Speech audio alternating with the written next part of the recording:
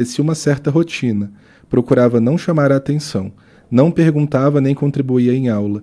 Ia sempre com todas as leituras feitas. Nos trabalhos em grupo costumava ser exemplar, mesmo observando a desconfiança dos meus colegas.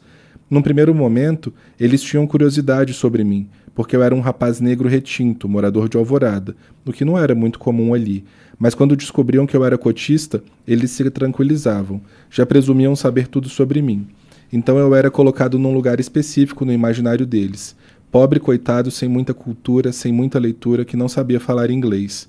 As coisas começaram a mudar quando resolvi me matricular numa disciplina de produção de texto ficcional, ministrada pelo professor Moacir Malta. Era um curso eletivo, mas muito procurado, sobretudo por estudantes novatos que se sentiam atraídos pela ideia de se tornarem escritores. Contei a Jéssica da minha expectativa. Disse-lhe que aquela era a minha chance de me tornar um poeta profissional.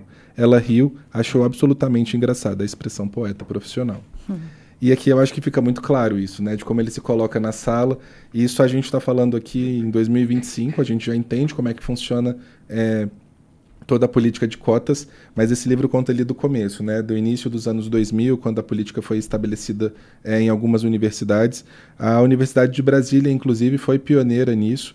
E a professora Dione Moura, da Faculdade de Comunicação, com quem eu tive a chance de estudar. Eu também tive a honra de ser aluno dela, hein, Paulo? Exatamente, grande Dione. Ela foi uma das pessoas que mais lutou por isso, assim. Então, a Dione tem um papel importantíssimo na política de cotas brasileira.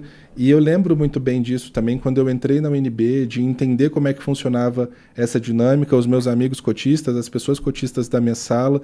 E o que o Jefferson coloca no livro é muito interessante de você ver, né? A pessoa entra, vai com tudo pronto, não pode desconfiar dela, ela precisa se provar o tempo inteiro, se coloca num lugar de eu não posso errar nunca. Entrar é só o começo, no fim das contas, né? E toda a dificuldade que vem depois disso, né? Aqui na história tem vários personagens muito interessantes, o Jefferson que é muito ligado à avó dele e que ele precisa cuidar da avó. E como é que ele faz para cuidar da avó, para procurar um emprego? Tem a questão do desemprego também, principalmente para as pessoas negras, e aí vai virando uma bola de neve. Esse livro é muito interessante, eu acho que é uma reflexão muito boa que a gente precisa fazer a respeito do nosso sistema aqui no Brasil, de como a gente enxerga as outras pessoas e principalmente da gente ter um olhar mais crítico também para as cotas. Eu entendo que aqui na nossa coluna normalmente a gente vem falando só sobre o incentivo à leitura, nessas pautas sociais a gente são muitas pessoas ouvindo aqui no rádio, né? A gente não entra tanto nesses assuntos de uma forma mais crítica, mas aqui queria deixar essa recomendação de hoje para De Onde Eles Vêm, do Jefferson Tenório, não só pelo tema das cotas, mas também pela forma como ele escreve, mostrar as relações amorosas que ele cria ali, as personagens que vêm, a forma como o Jefferson escreve, que realmente é digna de indicações a vários prêmios e ao Prêmio Jabuti que ele ganhou já com outro livro. Aqui a gente tem uma questão interessante na escrita dele, Ari Diego, que me pega bastante, que ele coloca as personagens e algumas delas elas simplesmente somem no meio do livro, não são mais faladas. E aí você pode pensar, mas ele não escreveu tão diretamente, ele não escreveu da forma como eu queria ou como eu imaginava, mas eu acho que a vida também é um pouco isso, né? As pessoas passam, como aqui está sendo contado do ponto de vista dele, às vezes as pessoas entram na nossa vida, passam, a gente não sabe mais, alguém pergunta, você fala, nossa, nunca mais vi, nem tenho notícias. E isso eu achei muito interessante. No começo me pegou isso, eu falava, nossa, mas não vai mais falar de fulano? E de repente eu falava, não, às vezes a vida é assim mesmo, nem ele sabe mais, passou. E foi muito bacana a forma como ele fez todo como ele amarrou toda essa história do Joaquim, da avó dele, das namoradas que ele teve, de como foi construído isso tudo lá em Porto Alegre.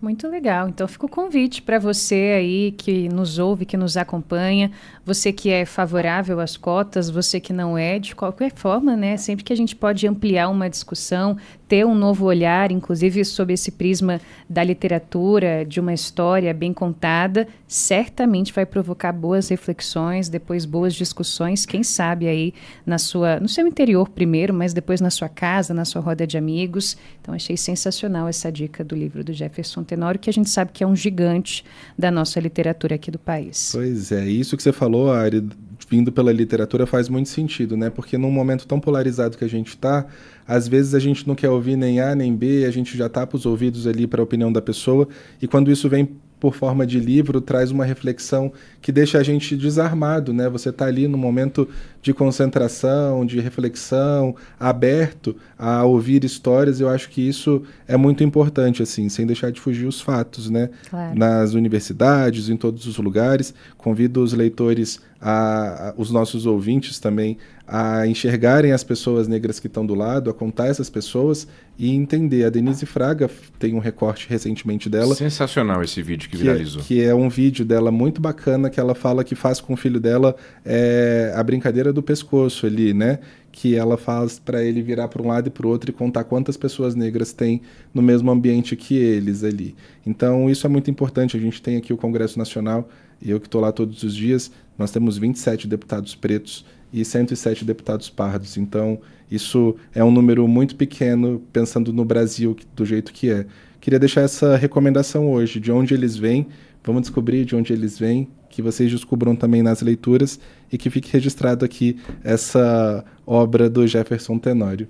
Paulo Pimenta, muito obrigada por hoje. Ótimo fim de semana. Sexta-feira que vem tem mais. Até mais, pessoal. Um abraço. Eu só queria comentar, Paulo, antes de a gente encerrar, que a coluna do Paulo Pimenta está crescendo tanto, já virou uma tradição aqui para Nova Brasil.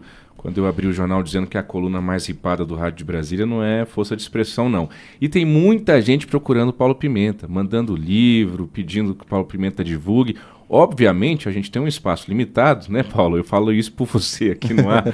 O Paulo não vai conseguir indicar todos os livros que ele tem recebido, minha gente. Então, ele vai ter que fazer uma curadoria com o olhar dele, que a gente confia e acredita, e, enfim, com toda a sabedoria e a inteligência e o discernimento do Paulo, mas siga o Paulo Pimenta no Instagram, que aí pelo menos lá a gente consegue reverberar um pouco mais aqui o espaço da coluna, né, Paulo? Exatamente, eu tô lá no @PimentaPaulo, mas vamos dar conta de todos esses livros que estão chegando. Eu só não tenho olhos o suficiente para ler todos de uma vez, mas uma hora vai dar certo. Obrigado, pessoal.